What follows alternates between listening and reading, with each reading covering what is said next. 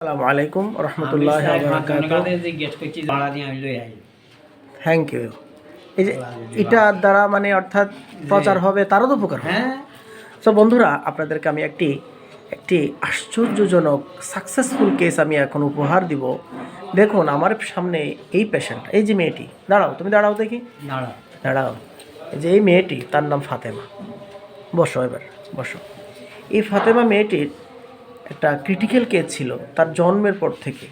হ্যাঁ, তার এই যে কানের যে নিয়ার দ্য এয়ার, এই জায়গাটাতে, এখানে একটা অ্যাবসেস, ফোড়া হতো, পানি হতো, পুঁজ হতো, কত অ্যান্টিবায়োটিক চলছিল, কিন্তু তেমন একটা ফলাফল আসেনি।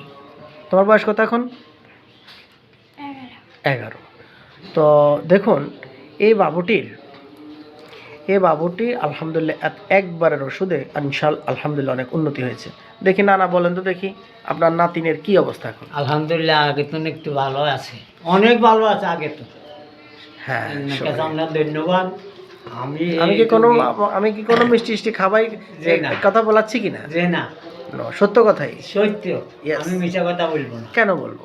কার জন্য বলবো? আর আমি চেষ্টা করি কোনো রুগী যদি আমার হাতে পড়ে, আমি ইনশাআল্লাহ লই যাব।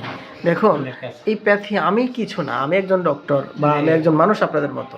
বাট এই যে হোমিওপ্যাথির ওষুধ, আসলে এটা মানুষের জন্য কেমন একটু আপনি বলবেন। এই মানুষের ভাই, এদিন কপালের মধ্যে টিমের অনেক শক্ত হয়ে গেছে, এটা ভালো করতে নেবেন ইনশাল্লাহ। হ্যাঁ, আপনি নিয়ে আসেন, এটারও উপর আমার অভিজ্ঞতা আছে। আচ্ছা, ঠিক আছে। তো যাই হোক, ওনার নাতিন ফাতেমা, তার এই প্রবলেমটা। ফাতেমা, তুমি দেখি বলো তো, তুমি কেমন আছো? ভালো আছে। মেয়েটি একটু লাজুক টাইপের, ব্যাশফুল, টিমিডিটি। তো সব বন্ধুরা, আপনাদেরকে আরেকটি সাকসেসফুল কেস আমি উপহার দিচ্ছি। তো যারা নাকি এভাবে আছেন, খুব কষ্ট পাচ্ছেন, নানান জটিল রোগে কষ্ট পাচ্ছেন, কিন্তু লক্ষ লক্ষ টাকা খরচ করে ফেললেন দেশে বিদেশে, ঢাকা, চট্টগ্রাম, কিন্তু ফলাফল তেমন একটা পাচ্ছেন না, দয়া করে আপনাদেরকে বলবো, আমার ভিডিওগুলো দেখুন এবং সঠিক সময়ে সঠিক সিদ্ধান্ত আপনারা গ্রহণ করুন। আমার ভিডিও মধ্যে আমার মোবাইল নাম্বার, ঠিকানা ইত্যাদি লেখা আছে। আমি আপনাদের কাছে আমার ইউটিউব চ্যানেলে শত সাকসেসফুল কেস আমি উপহার দিয়ে যাচ্ছি এবং যারা হোমিও ডক্টর জুনিয়ররা আছে তাদেরকে শিখিয়ে যাচ্ছি।